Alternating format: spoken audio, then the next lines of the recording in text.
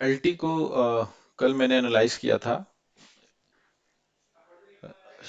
कि ये हम आज के लिए सेल का ट्रेड इन पर्टिकुलर जोन से देख सकते हैं।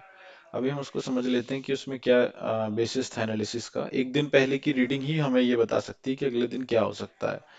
वो बस हमें करनी आनी चाहिए। और अभी मैं सब लाइंस इसमें डिलीट कर देता हूँ। एलटी का स्टॉक बेसिकली दो कंसेप्ट के बेस पे मैंने निकाला था। एक नॉर्मल रीडिंग जो वनडे पे हम करते हैं, और एक एसएमसी का कॉन्सेप्ट होता है, स्मार्ट मनी कॉन्सेप्ट। दोनों कॉन्सेप्ट एक वीडियो में लूंगा तो वीडियो बड़ी हो जाएगी और व्हाट्सएप पे डल नहीं पाएगी, तो मैं दो सेपरेट वीडियो बनाऊंगा ताकि जो जिससे समझ सके उसको उससे हेल्प हो जाए। बेसिक इसकी रीडिंग लेके चलेंगे तो पीछे का स्ट्रक्चर देखे तो एलटी एक बुलिश मूवमेंट में था। उसके बाद अचानक से एक गैप डाउन खुला और एलटी ने एक डाउन साइड का मूव लगाया। इस डाउन साइड के मूव में अगर हम इसको वॉच करें तो डेली एलटी अपने लोज ब्रेक कर रहा है। ये लो ब्रेक हुआ, फिर अगले दिन ये लो ब्रेक हुआ, फिर अगले दिन ये लो ब्रेक हुआ प्रीवियस, फिर नेक्स्ट डे ये लो ब्रेक हुआ।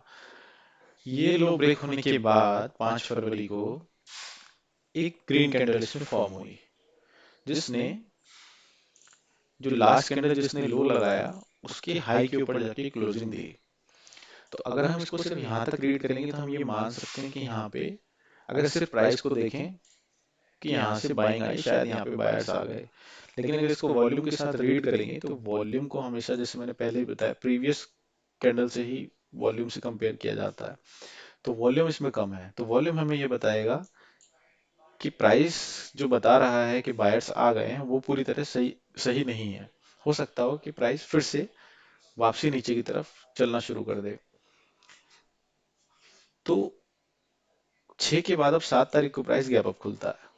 अगर प्राइस गैप अप खुलता है और स्ट्रांग है, हमेशा ये सही नहीं होगा कि प्राइस के ब्रेकआउट आए और वॉल्यूम कम आए तो प्राइस ऊपर नहीं जाएगा। कई बार वॉल्यूम कम होने के बावजूद भी प्राइस चला जाता है, लेकिन वॉल्यूम एडिशनल रीडिंग में हमें मदद करता है। तो अगर 7 तारीख को प्राइस गैप अप खुला और स्ट्रांग है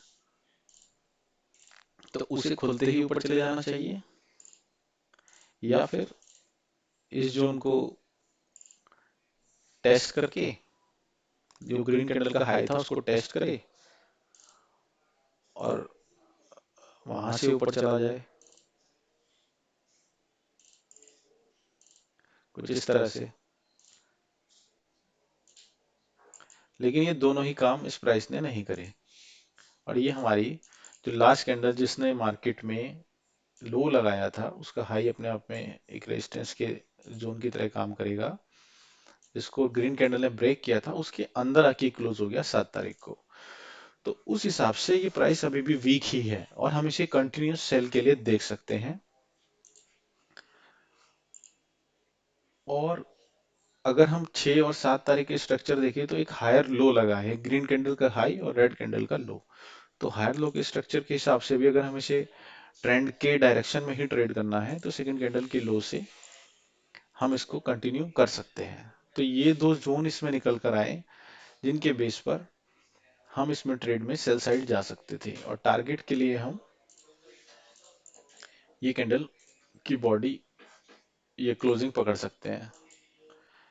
सेफ साइड के लिए स्विंग हमेशा पकड़ना सही रहता है, क्योंकि प्राइस अदरवाइज बहुत नीचे आता है तो कई बार वहां तक नहीं आता है। तो समवेयर कुछ यही मेरी लाइंस पड़ी हुई थी। टारगेट मैंने 30 मिनट के हिसाब से लिया था, वो मैं एसएमसी की कॉन्सेप्ट की वीडियो बनाऊंगा तब बता दूंगा। तो ये प्राइस ने आज सेम वही किया।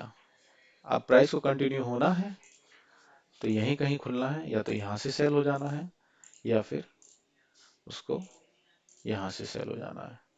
उसके अलावा इसकी कोई जोन नहीं बनती है सेल होने की। अगर इसको सेल होना है तो ये यहीं से सेल हो जाएगा।